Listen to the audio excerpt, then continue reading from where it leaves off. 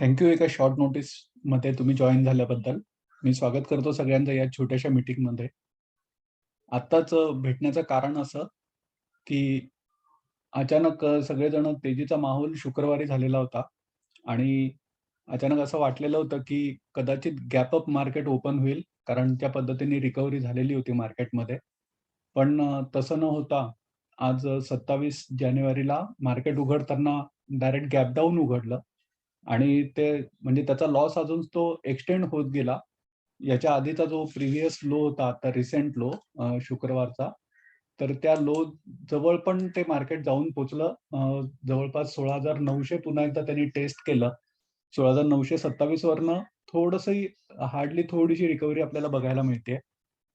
तर अशा सिच्युएशनमध्ये ज्यावेळेला मार्केट हायली व्होलॅटाईल असतं आणि आपल्याकडे ऑप्शन्सचं जे टूल अवेलेबल आहे, तर त्याची माहिती म्हणजे आपण डिस्कस करत असतो वेगवेगळ्या स्ट्रॅटेजीज.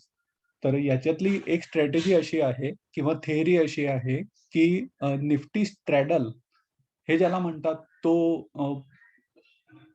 ती स्ट्रॅटेजी बऱ्याच वेळेला अशा जेव्हा हेवी किंवा बिग हाय लो असतात मार्केटमध्ये, खूप मोठी व्होलॅटिलिटी असते. त्यावेळेला वापरली जाणारी ही स्ट्रॅटेजी आहे आणि एकतर आजचा दिवस आणि पुढे आता जे बजेट येतंय, त्या दिवसासाठी हे जरी स्ट्रॅडल नावाची स्ट्रॅटेजी आहे.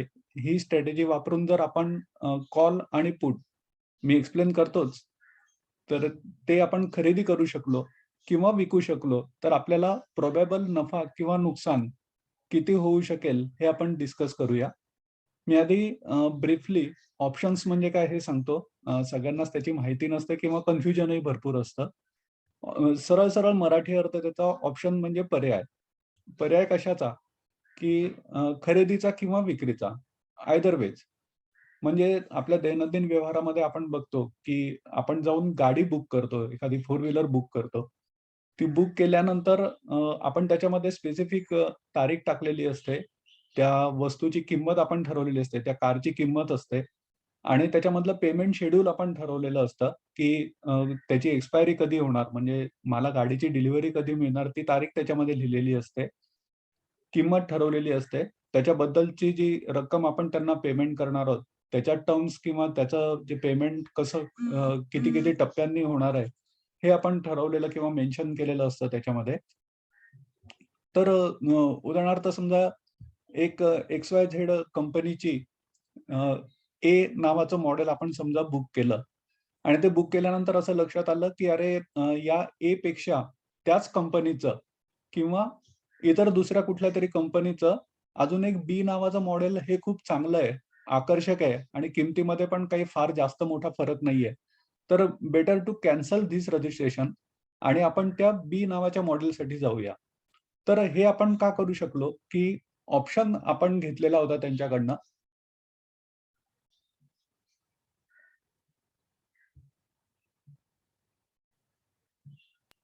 पराग सर आवाज मला वाटतं ब्रेक होतोय.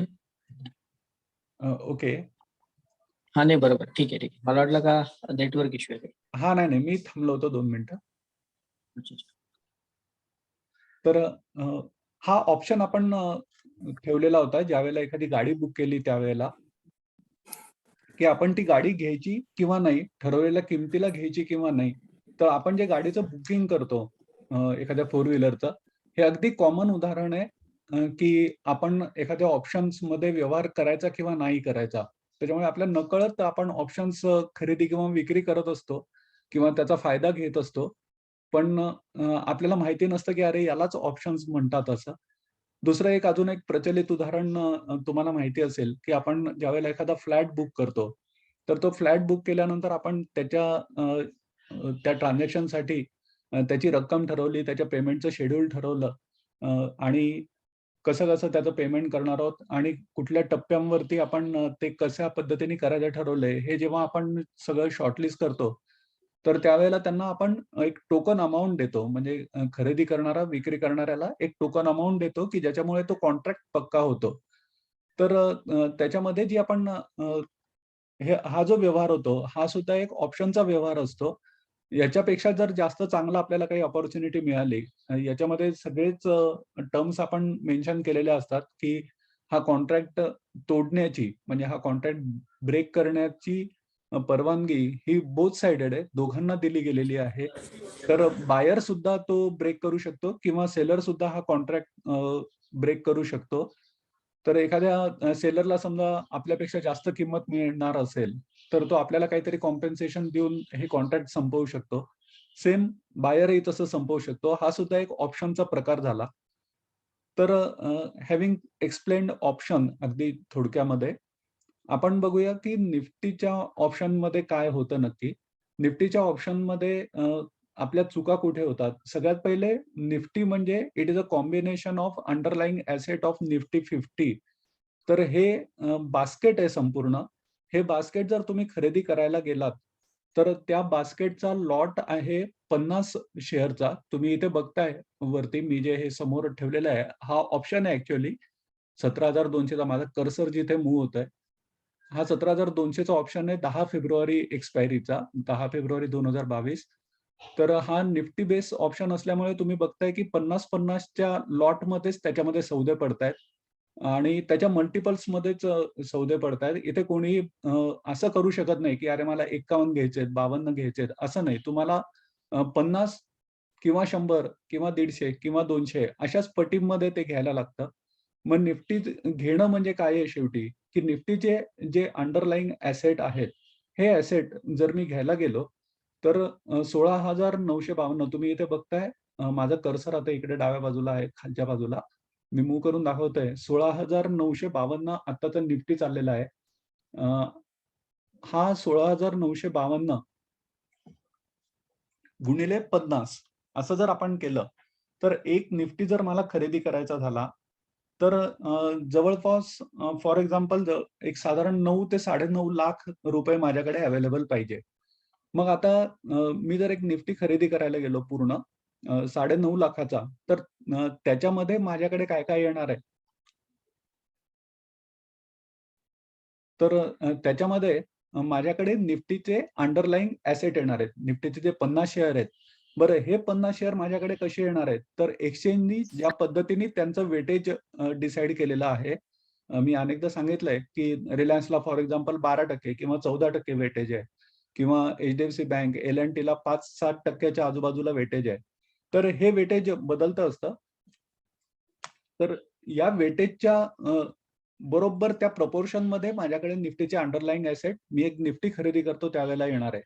मग एखाद्याने जर असं ठरवलं, की अरे ही लेव्हल 16,952 ची खूप चांगली आहे आणि या लेव्हलला जर मी काही खरेदी करून ठेवली माझ्याकडे, तर नक्कीच म्हणजे आता 17,000 च्या जवळ आहे.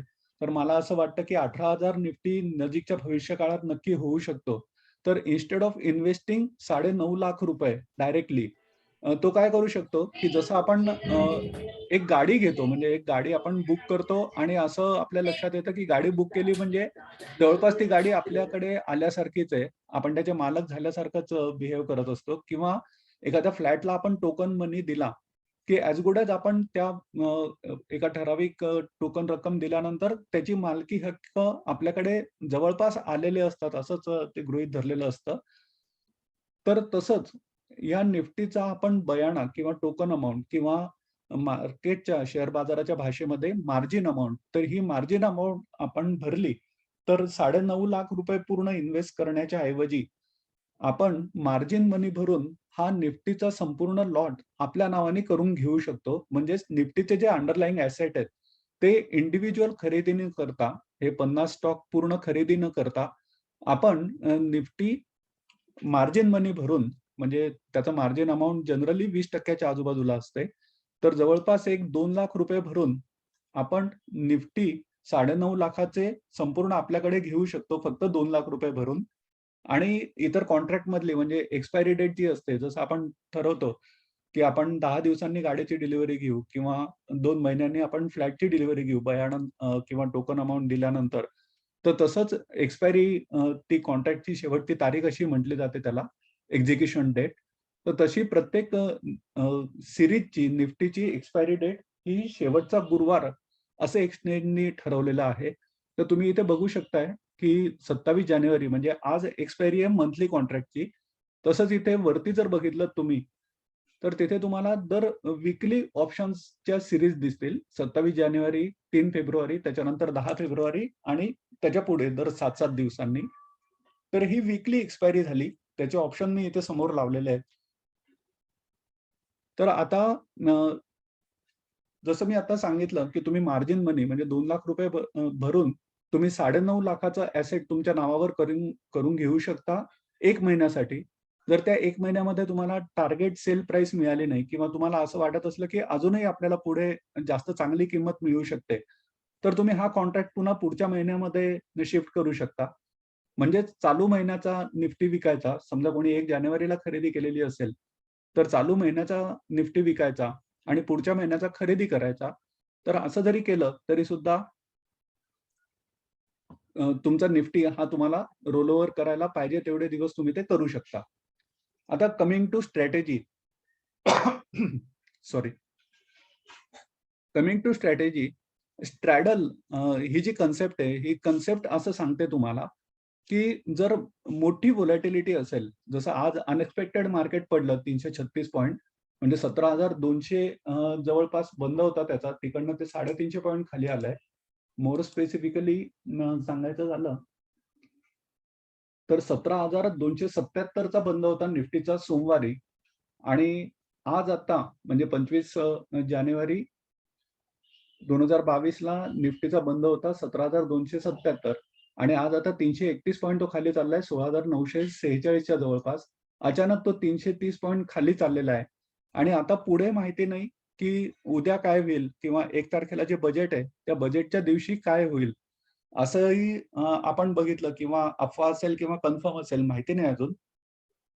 पण जर मार्केट बंद झाल्यानंतर म्हणजे 4 वाजता जर बजेट डिक्लेअर होणार असलं, बजेटची मीटिंग असते लोकसभेमधली, ती जर 4 वाजेनंतर होणार असेल, तर त्या बजेट आणि त्यावेळेला जर मार्केट बंद असेल, तर त्या बजेटचा आउटकम काय? हे आपल्याला त्याच्या दुसऱ्या दिवशी किंवा त्याची इफेक्ट कुठे-कुठे कसे येणार आहेत? तर बाजार त्यावेळेला पडेल का वाढलेला असेल? ही पूर्ण अनसर्टन्टी आहे आपल्यासमोर. तर ही अनसर्टन्टी अव्हॉइड करण्यासाठी अ, आपल्याकडे ऑप्शन हा एक पर्याय दिलेला आहे. जसं मी आधी एक्सप्लेन केलं, की ऑप्शन हा पर्याय आहे. एखादी वस्तू आपण खरेदी करायची किंवा खरेदी करायची नाही.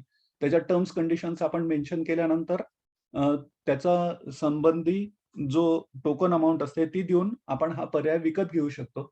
तसाच हा ऑप्शन आहे. तर हा ऑप्शन म्हणजे याची जी रक्कम तुम्ही पे करणार आहात, जसं आता माझे कर्सर इथे फिरताना दिसतायत तुम्ही. हा 17,200 चा पुट ऑप्शन आहे. त्याची किंमत चाललेली आहे ₹493. 493 गुणिले 50 चा लॉट. एवढं तुमची टोकन अमाउंट झाली. हा जर कॉन्ट्रॅक्ट तुम्हाला खरेदी करायची असला. 17,200 त्याचा कॉल ₹258 किंमत चालली आहे 10 फेब्रुवारीच्या एक्सपायरीची. त्याच्या खालती जर तुम्ही बघितलं 3 फेब्रुवारीच्या एक्सपायरीची किंमत 433 किंवा पुट ऑप्शनची किंवा कॉल ऑप्शनची 190 अशी चाललेली आहे. स्ट्रॅडल असं तुम्हाला सांगतं, की जर एखादी अनसर्टन गोष्ट, की ज्याचं आउटकम हे खूप मोठं ड्रॅमॅटिक असणार आहे, की ज्याचं तुम्ही कल्पना पण करू शकत नाही, इतका हाय किंवा इतका लो तुम्हाला बघायला मिळणार आहे. तर तशा अनसर्टनिटीमध्ये आपण निफ्टी खरेदी करावा का विकावा? मग त्याच्यामध्ये अंडरलाईन रिस्क खूप मोठी असते. ती रिस्क प्रोटेक्ट करण्यासाठी आपण निफ्टी घेण्याचा किंवा विकण्याचा पर्याय खरेदी करावा का? म्हणजेच निफ्टीचा पुट ऑप्शन किंवा कॉल ऑप्शन खरेदी करावा का? तुम्हाला कदाचित माहिती असेल, की कॉल ऑप्शन खरेदी करणं म्हणजे तेजी असते निफ्टीमधली आणि निफ्टीचा पुट ऑप्शन खरेदी करणं म्हणजे मंदी असते. तर जसं-जसं मार्केट पडेल खाली, तसं-तसं पुट ऑप्शन वाढतो. जसं-जसं मार्केट वरती जाईल, तसं कॉल ऑप्शन वाढतो. तर आपण कॉल घ्यावा का निफ्टी घ्यावा? आता कॉल जर तुम्ही घेतला म्हणजे जर तुम्ही ऑप्शन निवडलात instead of buying direct asset ₹9.5 lakh देऊन तुम्ही पूर्ण निफ्टी खरेदी करायच्या ऐवजी, तुम्हाला जर निफ्टी खरेदी करण्याचा पर्याय दिला, म्हणजेच तुम्ही जर ऑप्शन निवडला, तर 17,200 चा जर त्याची स्ट्राइक प्राइस बघितली आजच्या एक्सपायरीचा, तर हा फक्त ₹3.70 आता चाललेला आहे. कर्सर तुम्ही बघू शकताय, की आज आता 11:30 वाजलेले आहेत आणि 27 जानेवारी 17,200 चा कॉल म्हणजे 17,200 येण्याची प्रोबॅबिलिटी ही जवळपास 0 झालेली आहे. व्हाईल 17,200 चा पुट हा एक्झॅक्ट मार्केट प्रमाणे म्हणजे 17,200 ते आता 16,950 आता चाललेला स्पॉट निफ्टी याच्यातला जो डिफरन्स आहे त्या प्रमाणामध्ये 17,200च्या पुटचा रेट चाललेला आहे. तर स्ट्रॅडल असं सांगतं की जी फेड मीटिंग त्या फेड मीटिंगचे जे काही आउटकम होते त्याच्यामुळे एवढी व्होलॅटिलिटी आपल्या बाजारावरती किंवा इतरही काही कारण आहेत. पण मोर स्पेसिफिकली किंवा जास्त जो परिणाम किंवा जास्त प्रभाव झालेला आहे वर्ल्ड मार्केट्सवरती, तो त्या फेडच्या डिसिजनच्या आउटकमचा झालेला आहे. तर अशी अनसर्टन्टी त्यावेळेला सुद्धा असताना जर नियरेस्ट एक्सपायरीचा जर कोणी स्ट्रॅडल खरेदी केला असता, तर त्याचं नुकसान किती झालं असतं हे मी पहिलं तुम्हाला उदाहरण सांगतो, की काय घडून गेलेलं आहे. मग काय घडणार आहे, तर ते आपण त्याप्रमाणे प्लॅनिंग त्याच्यासाठी कसं करू शकतो, हे मी तुम्हाला एक्सप्लेन करणार आहे. काय घडून गेलंय ते पहिले सांगतो, की 17,200 म्हणजे सोमवारी ज्यावेळेला मार्केट बंद झालं, त्यावेळेला सगळे तेजीच्या मूडमध्ये आलेले होते आणि सगळेजण म्हणजे एक्सपेक्ट करत होते, की कदाचित मार्केट वरती उघडेल. आता तसं झालं नाही आणि मार्केट नेमकं खालती उघडलं.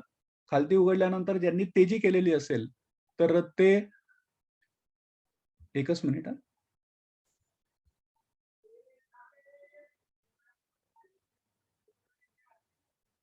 ज्यांनी नेकेड ओपन पोझिशन घेतलेल्या असतील, तर त्या नेकेड ओपन पोझिशन घेतल्यानंतर जर तेजीची पोझिशन त्यांनी घेतलेली असेल, निफ्टी खरेदी केला असेल किंवा निफ्टीचा कॉल खरेदी केला असेल, तर अशा वेळेला त्यांना आजच्या तारखेला फटका बसला. कारण तुम्ही इथे बघताय, की 17,200 चा कॉल आता ₹3.70 किंवा ₹2.65 चाललेला आहे आणि तुम्ही इथे माझा कर्सर बघा उजव्या बाजूला तर तो क्लोज होता त्याचा सोमवारचा ₹149 म्हणजे 149 गुणिले 50, 50 चा लॉट त्याचा. एवढे खर्च करून एखाद्याने जर तो लॉट खरेदी केला असेल, की अरे वाह! सोमवारी पण आपल्याला तेजी बघायला मिळेल या त्याच्या जजमेंटनुसार. तर त्या जजमेंटनुसार त्याला आज ₹2.70 फक्त त्याची किंमत मिळतेय. मग जर त्यांनी स्ट्रॅडल घेतलं असतं, म्हणजे ज्यावेळेला आउटकम आपल्याला एखाद्या घटनेचं, एखाद्या गोष्टीचं माहिती नसतं, तर अशा वेळेला जर आपण स्ट्रॅडल खरेदी केला, म्हणजे स्ट्रॅडल म्हणजेच एक्सप्लेन करतो आता, की सेम स्ट्राइक प्राइस पाहिजे. मी इथे जसं लावलेलं आहे. सेम एक्सपायरी पाहिजे. या टर्म्स कोणाला कळल्या नसतील, तर आपण परत एकदा दुसऱ्या मीटिंगमध्ये एक्सप्लेन करूया. पण त्याची कंडिशन स्ट्रॅडल खरेदी करण्याची ही असते, की सेम एक्सपायरी डेट पाहिजे. जसं इथे मी लावताना दोन्ही सगळ्या जोड्या लावलेल्या आहेत. 27 जानेवारी 2022 ची एक्सपायरी, 27 जानेवारी 2022 ची एक्सपायरी. माझ्या कर्सरकडे डाव्या बाजूला लक्ष द्या. त्याची स्ट्राइक प्राइस पण सेम पाहिजे. 17,200 चा पुट ऑप्शन आणि 17,200 चा कॉल ऑप्शन. आता या दोन्ही स्ट्रॅडलची म्हणजे एकाच वेळेला दोन्ही खरेदी करायचे आयदर किंवा एकाच वेळेला दोन्ही विकायचे. चॉईस तुमचा आहे, तुमच्या रिस्क प्रमाणे. लक्षात घ्या तेजी करणं याचे 2 प्रकार असतात. आयदर तुम्ही कॉल खरेदी करू शकता, ज्याच्यामध्ये कॉलचा जेवढा प्रीमियम तुम्ही पे करता, तेवढीच तुमची रिस्क असते. आणि जर तुम्ही पुट खरेदी केला, तर जेवढा पुटचा तुम्ही प्रीमियम पे केलेला असेल, तेवढीच तुमची रिस्क असते. जर मार्केट खाली आलं तर तुमचा तो फायदा होत जातो त्याच्यामध्ये. पण जर तुम्ही कॉल खरेदी करण्याच्या ऐवजी पुट विकला, तर it is also calculated as तेजी. कारण का, की जसं-जसं मार्केट वरती-वरती वाढत जाईल, तसं त्या पुटची व्हॅल्यू कमी-कमी होत जाते. कॉल विकणं किंवा पुट विकणं ही एक्झॅक्ट अपोझिट प्रक्रिया असते कॉल घेणं किंवा पुट घेणं याच्या. पण ती बऱ्याच जणांना लक्षात येत नाही. म्हणून मी तुम्हाला एक्झॅक्ट सांगतो 17,200 चा कॉल खरेदी करणं किंवा 17,200 चा पुट विकणं ही तेजी झाली आणि 17,200 चा पुट खरेदी करणं किंवा 17,200 चा कॉल विकणं ही मंदी झाली. आता एखाद्याने या केसमध्ये 17,200 च्या पुटची किंमत बघा ₹66 होती. सोमवारी क्लोजिंग प्राइस त्याची. तर या ₹66 च्या रेटमध्ये ज्यांनी खरेदी केलेला असेल सोमवारी, त्याला आज किंमत मिळते ₹287 किंवा त्यांनी जर 17,200 चा कॉल माझ्या कर्सरकडे लक्ष दिलं तर तुमच्या पटकन लक्षात येईल. 17,200 चा कॉल त्यावेळेला चालला होता ₹149. हा जरी त्यांनी विकला असता, तरी सुद्धा त्याची किंमत आत्ताची चाललेली आहे ₹2.75. म्हणजे इथे त्याला ₹66 ते ₹288 एवढा नफा होतोय किंवा त्याला इथे ₹149 त्यांनी विकलेल्याची किंमत वजा ₹2.5 किंवा ₹3 आत्ताचा भाव एवढी किंमत त्याला किंवा एवढा नफा डेफिनेटली झाला असता. मंदीवाल्यांविषयी सांगतोय. तर आता जे आउटकम हे असं झालेलं आहे, की एखाद्यानी स्ट्रॅडल की फेड मीटिंग आहे आणि समोर अनसर्टन्टी आहे, बजेट सुद्धा आहे, मार्केट व्होलॅटाईल राहण्याची पूर्ण खात्री आहे. तर अशा वेळेला ऑप्शन म्हणजे कॉल ऑप्शन खरेदी करावा का पुट ऑप्शन खरेदी करावा, हे जर कन्फ्युजन असलं, तर एखाद्याने जर आणि लगेचच एक्सपायरी आहे म्हणजे सोमवारी जर मंगळवारी जर एखादी व्यक्ती घेऊन गेली असती तो कॉल आणि पुट, तर त्याला लगेच आजच्या तारखेला म्हणजे एक्सपायरीलाच मध्ये फक्त एकच दिवस सुट्टीचा होता. तर त्याच्यामध्ये टाईम थिटा अप्लाय होत असल्यामुळे त्याची व्हॅल्यू 0 होणार हे अगदी नक्की होतं. मग जर त्यांनी स्ट्रॅडल खरेदी केला असता म्हणजे 17,200 चा कॉल ₹149 ला खरेदी केला असता आणि 17,200 चा पुट ₹66 ला खरेदी केला असता, तर 66 अधिक 150 म्हणजे जवळपास ₹210 एवढी त्याची इन्व्हेस्टमेंट झाली असती आणि त्याचं नुकसान बघा काय झालं असतं याच्यामध्ये. 210 ची खरेदी आत्ताच्या एवढ्या मंदीच्या मार्केटमध्ये सुद्धा ₹280 चा त्याचा पुट विकला गेला असता आणि कॉलमधनं त्याला फक्त ₹2 रिकव्हरी झाली असती. तरी सुद्धा त्याला नफा हा काहीतरी होत होता 280 ते 280 अधिक हे ₹2 म्हणजे ₹282 त्यांनी जे ₹210 इन्व्हेस्ट केले, त्याच्यासमोर त्याला ही रक्कम डेफिनेटली आज सुद्धा मिळू शकत होती, जर त्यांनी स्ट्रॅडल खरेदी केलं असतं तर. तर आता हे झालं कालच्या घटनेचं आपल्यासमोर रिझल्ट मिळतायत ते. आता 1 तारखेला जी घटना होणार आहे, की बजेट येणार आहे त्या दिवशी. मग जर ते ड्युरिंग मार्केट अवर्स झालं, तर त्यावेळेला तर लाईव्ह व्होलॅटिलिटी आपल्याला बघायला मिळते. तर त्याचे पडसाद आपल्याला ताबडतोबच जजमेंट घ्यायला मिळतात. पण समजा जर मार्केट बंद असलं, म्हणजे 3:30 वाजता मार्केट संपल्यानंतर जर बजेट सुरुवात झाली, तर त्याचा परिणाम हा आपल्याला दुसऱ्या दिवशीच्या ओपनिंगवरती बघायला मिळतो. दुसऱ्या दिवशीच्या मार्केटवरती बघायला मिळतो. मग अशा वेळेला 17,200 चा कॉल लक्षात घ्या सेम स्ट्राइक प्राइस पाहिजे, सेम एक्सपायरी पाहिजे. तर ह्याचा तुम्ही कॉल खरेदी करायचा आहे किंवा पुट खरेदी करायचा आहे. 3 फेब्रुवारीची एक्सपायरी मी घेतलेली आहे निफ्टीची.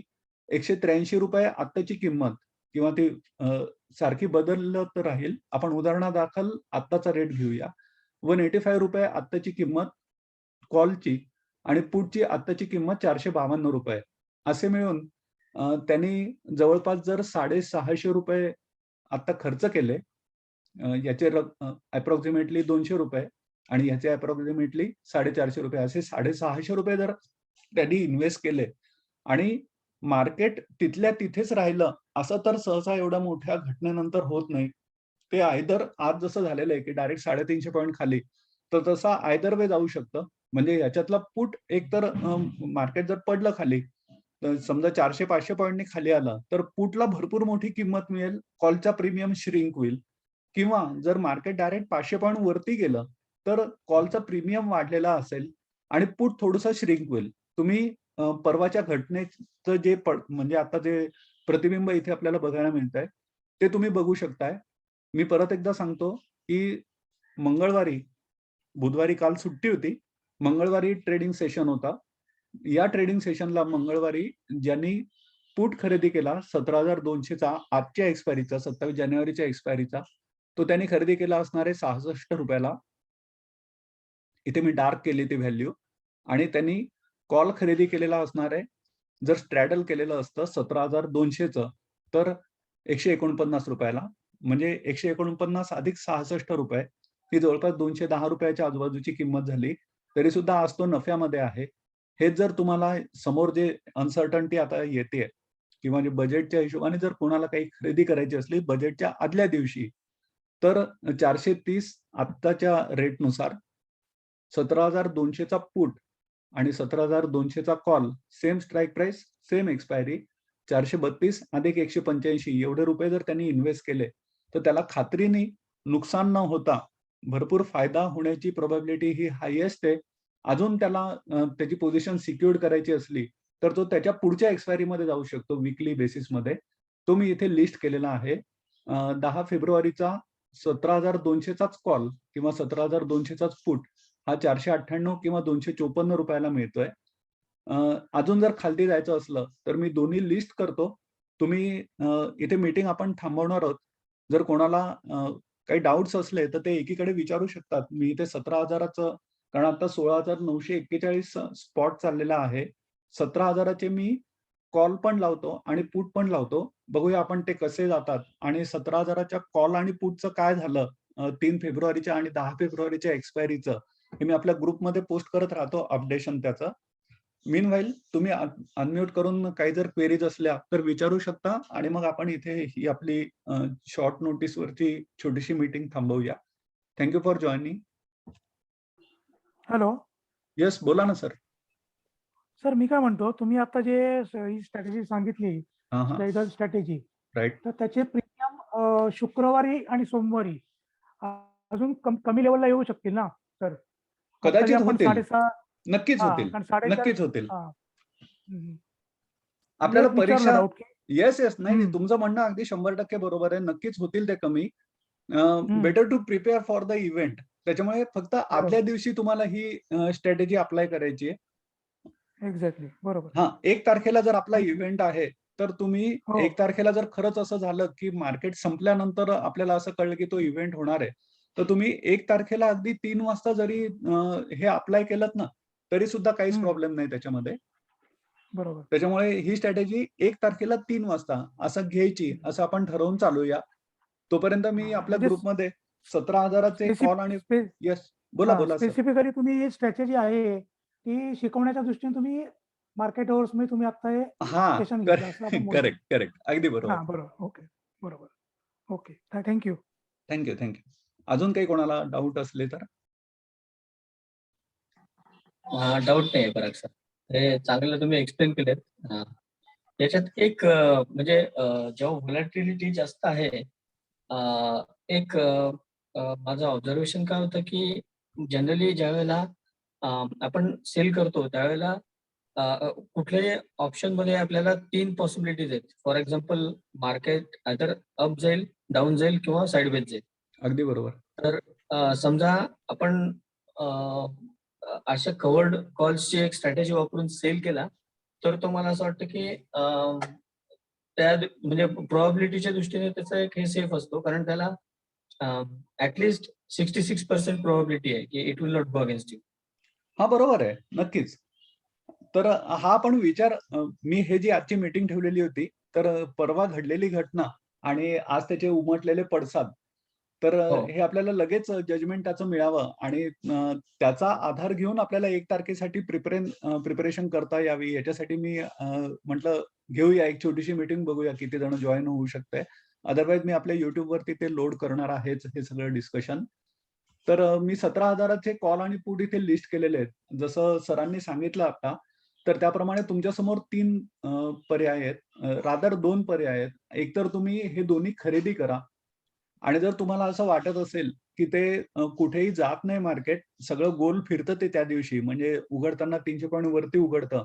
नंतर ते सगळं नलिफाय होतं आणि 200 पॉइंट खालती पण जातं आणि मग एंड होताना कुठेतरी फक्त 50-100चा डिफरन्सने प्लस किंवा मायनस बंद होतं.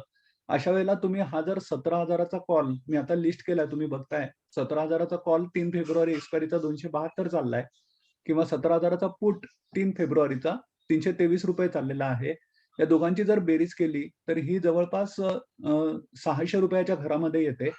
तर जो एखाद्याने जर हे दोन्ही विकले आता, तर जसं आधी सरांनी विचारलं, की जसे-जसे अजून दिवस पुढे जातील, म्हणजे आपण 1 तारखेला जर ही खरेदी केली, तर याचे प्रीमियम अजून श्रिंक झालेले असतील. अगदी 100% खरं आहे. पण जर हे दोन्ही कॉल आजच्या तारखेला जर एखाद्याने विकले, कॉल आणि पुट दोन्ही, तर त्याला हे ₹600 तो प्रीमियम श्रिंक होणारा जो टाईम थिटा आहे, तो सुद्धा खाता येईल.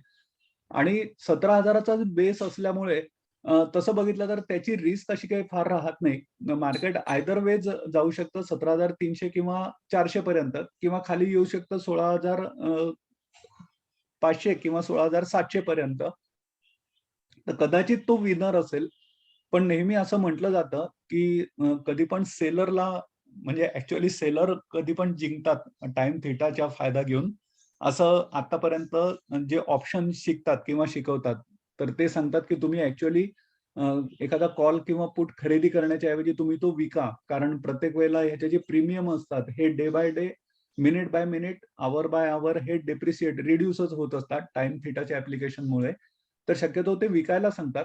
पण ज्याला सेफ खेळायचंय, ज्याला सेफ स्ट्रॅटेजी करायची आहे, तर त्यांनी असं न करता 1 तारखेला जर हे दोन्ही त्यांनी खरेदी केले, तर तो सेफ पण असेल आणि 99% त्याला नुकसान होण्याची, जसं मी तुम्हाला आता सांगितलं, की एवढा मोठा सुद्धा प्रॉब्लेम असून सुद्धा मी परत एकदा जे लेट जॉइन झाले त्यांच्यासाठी परत एकदा रिफ्रेश करतो, की एखाद्याने तेजी असू दे किंवा मंदी असू दे, 17,200 चा कॉल ज्यावेळेला मार्केट बंद होतं मंगळवारी 17,277 ला, तर त्यावेळेला जर त्यांनी 17,200 चा कॉल आणि 17,200 चा पुट खरेदी केला असता, तर त्यावेळेला कॉलची किंमत होती ₹149 बंद होतानाची आणि पुटची किंमत होती ₹66.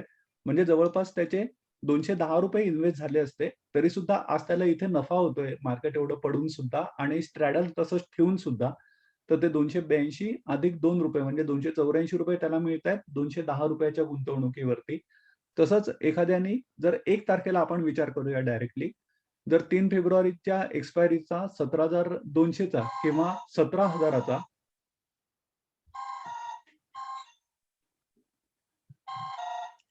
किंवा 17,000 चा त्यांनी जर कॉल खरेदी केला, तर तो कॉल त्याला मिळतोय ₹266 ला आजच्या तारखेला, आत्ताच्या वेळेला किंवा ₹325 ला त्याला पुट मिळतोय. या दोघांची गुंतवणूक होते एकत्रितपणे ₹600. हे ₹600 जर त्यांनी इन्व्हेस्ट केले किंवा अगदी 1 तारखेला बघूया आपण चेक करून की ते किती त्याची किंमत होते ती. तर त्यांनी जर 1 तारखेला याची इन्व्हेस्टमेंट केली ड्युरिंग अगदी मार्केट अवर्स किंवा 3, 3:15 वाजता, तर त्यावेळेच्या रेटनुसार जर त्यांनी गुंतवणूक केली, तर आजचं जे मी तुम्हाला उदाहरण दिलं, त्या उदाहरणानुसार कदाचित असं घडलं, की मार्केट 300 किंवा 500 पॉइंट खालती किंवा वरती उघडलं, तरी सुद्धा तो नफ्यामध्ये असेल त्याची ही स्ट्रॅटेजी, असं मला वाटतं. जर काही कोणाचे प्रश्न नसले, तर आपण इथे थांबूया आणि हे सगळं जसंच्या तसं रेकॉर्डिंग मी शक्यतो शॉर्ट स्पॅनमध्ये बहुतेक लगेचच अपलोड करतो आपल्या चॅनलवरती. Thank you once again for joining. मी 1 मिनिट वाट बघतो. जर कोणाच्या काही क्वेरीज असतील तर तुम्ही विचारू शकता. Thanks once again. Thank you Parag sir.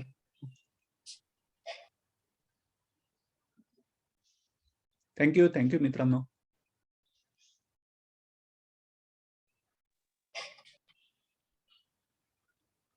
Bye bye. Bye.